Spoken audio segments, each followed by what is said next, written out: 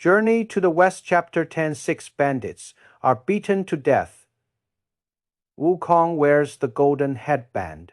Now, as I said last time, Tang Seng saved Sun Wukong at the foot of the Two Worlds mountain and accepted him as his apprentice. Sun Wukong worshipped his master and packed his luggage. The two of them set off on the road to the west together. After walking for a while, suddenly a large python jumped out of the grass by the roadside. It's 2 or 3 feet long, and it's pitch black all over, spitting red letters. Tang Seng was so scared that he almost fell off his horse. His face was pale and his hands were shaking. Sun Wukong smiled and said, "Master, don't be afraid. This is a long worm, watch me clean it up." He stepped forward and gently stroked the golden hoop in his hand. The snake just slipped away. Tang Seng breathed a sigh of relief. He wiped the sweat off his forehead. I think this apprentice is indeed capable. As we walked, a big river appeared in front of us. The river is rushing fast, and there is no bridge over the river. There is only one single tree across the water,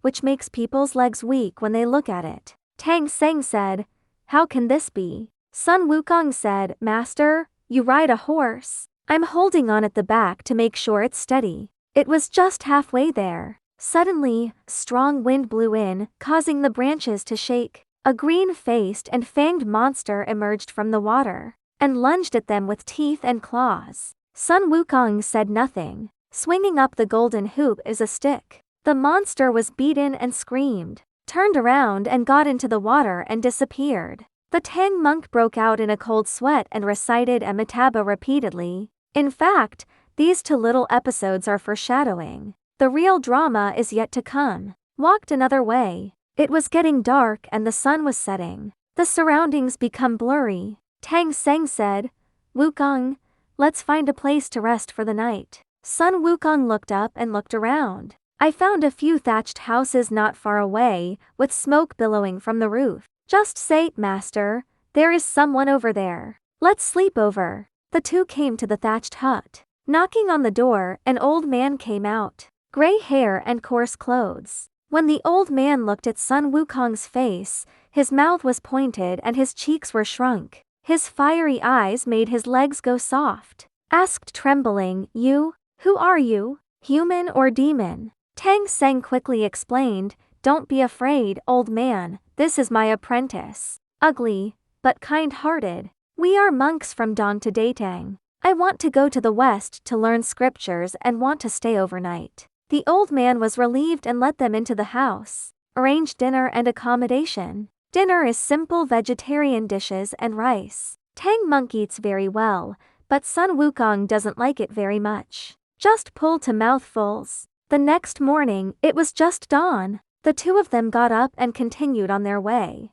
Walked about 10 miles. 6 big men suddenly jumped out of the roadside, all with big arms and round waists. Knives, guns and sticks in hand, blocking the way. Shout, "Stop. Leave the horses and luggage behind and spare your lives. Otherwise, one knife at a time, I will chop it all up for you." Tang Seng's face turned pale with fright and rolled off the horse. I was shaking and I couldn't speak. I don't know where to put both hands. Sun Wukong is not panicking at all. He grinned and threw the golden hoop stick to the ground. "Ask, who are you? Sign up." The 6 big men reported their names one by one, and the other was called Kanshi. One is called ear hearing anger, the other is called nose sniffing love. One is called tongue taste thinking, the other is called opinion desire. One is called personal worry. Sun Wukong laughed as soon as he heard it.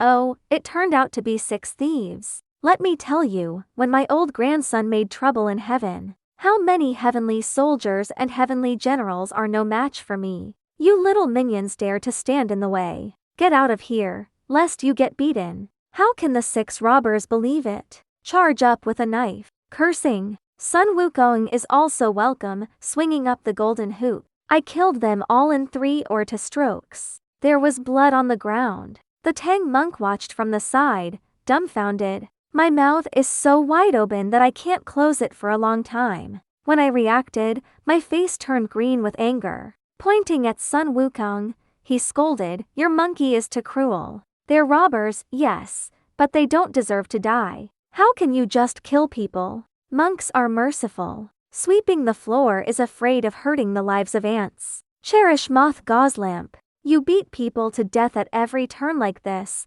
What else do you take? Sun Wukong can't stand other people's nagging the most. As soon as I heard the Tang monk lecture him, my anger rose. Strain his neck and say, I won't kill them. They're going to kill you. I was kind enough to protect you, but you still blame me. Tang Seng said that even if they want to kill me, it is my destiny. As a monk, how can you kill someone? If this goes on, the Buddha will not bless us. The more Sun Wukong listens, the more annoying he becomes. Just stomp your feet since you think I'm bad. Then I'll go. Anyway, I'm too lazy to suffer from this weakness. After saying that, he somersaulted to the sky. In the blink of an eye, there is no shadow, leaving only a gust of wind. Tang Seng froze in place and didn't come back to his senses for a long time. Staring blankly at the sky, my heart is angry and anxious. He sighed and said to himself, the monkey will leave as soon as he says.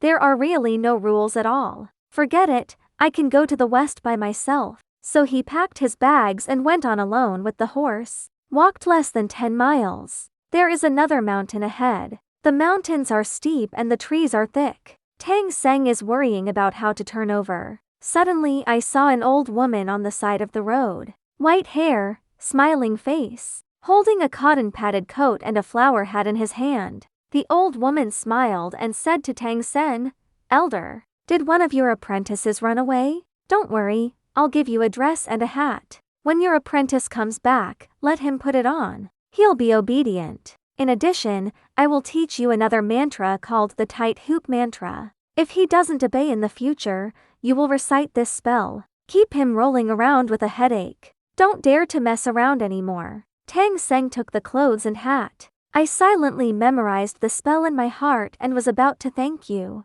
The old woman has turned into a golden light and disappeared. There is still an auspicious cloud floating in the sky. It turns out that this old woman was transformed by Guanyin Bodhisattva, specially to help Tang Seng control Sun Wukong. The monk hurriedly bowed to the sky a few times, thanking the Bodhisattva for his help. Besides, Sun Wukong flew back to the East China Sea Dragon Palace with a somersault cloud. The Dragon King Guang saw him back, warmly entertained him for tea and some fruit snacks, chatted a few words. The Dragon King asked him, didn't you go to the West to learn scriptures? How can I come back when I have time? Sun Wukong said angrily, don't mention it. That monk is too verbose and scolds me at every turn. I quit in a fit of rage. The Dragon King listened and did not rush to persuade him. Just point to a painting on the wall and say, look at this painting. The painting is the story of walking on the bridge.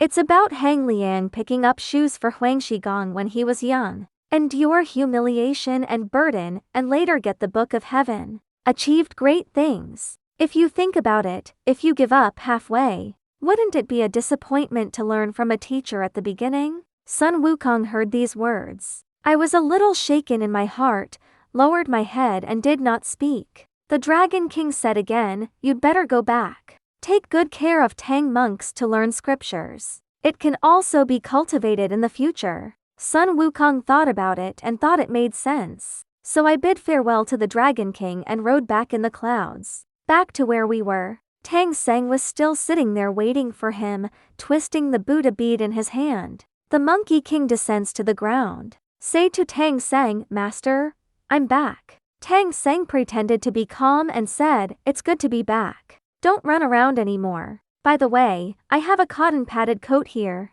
Try it on and see if it fits. Sun Wukong didn't think much about it. He took it and put it on. It fits quite well. Tang Seng took out the flower hat again. Say, this hat is also nice. You can wear it too. Sun Wukong likes to wear hats the most and happily buttons his head. Who knew when the hat touched his head? It took root immediately. I can't take it off. It turned out that it was the tight hoop given by the Buddha. When the monk saw that the hat was put on, he began to recite the spell silently. Sun Wukong suddenly felt as if his head had been tightened. It hurts like it's going to crack. It hurts like it's rolling on the ground. I can't even hold the golden hoop. knocked over the stone next to it. He shouted, "Master, stop reading. Stop reading. I have a terrible headache." Tang Seng stopped and asked him, "Do you still dare not listen to me in the future?" Sun Wukong was in tears of pain, and he said repeatedly, "I don't dare anymore.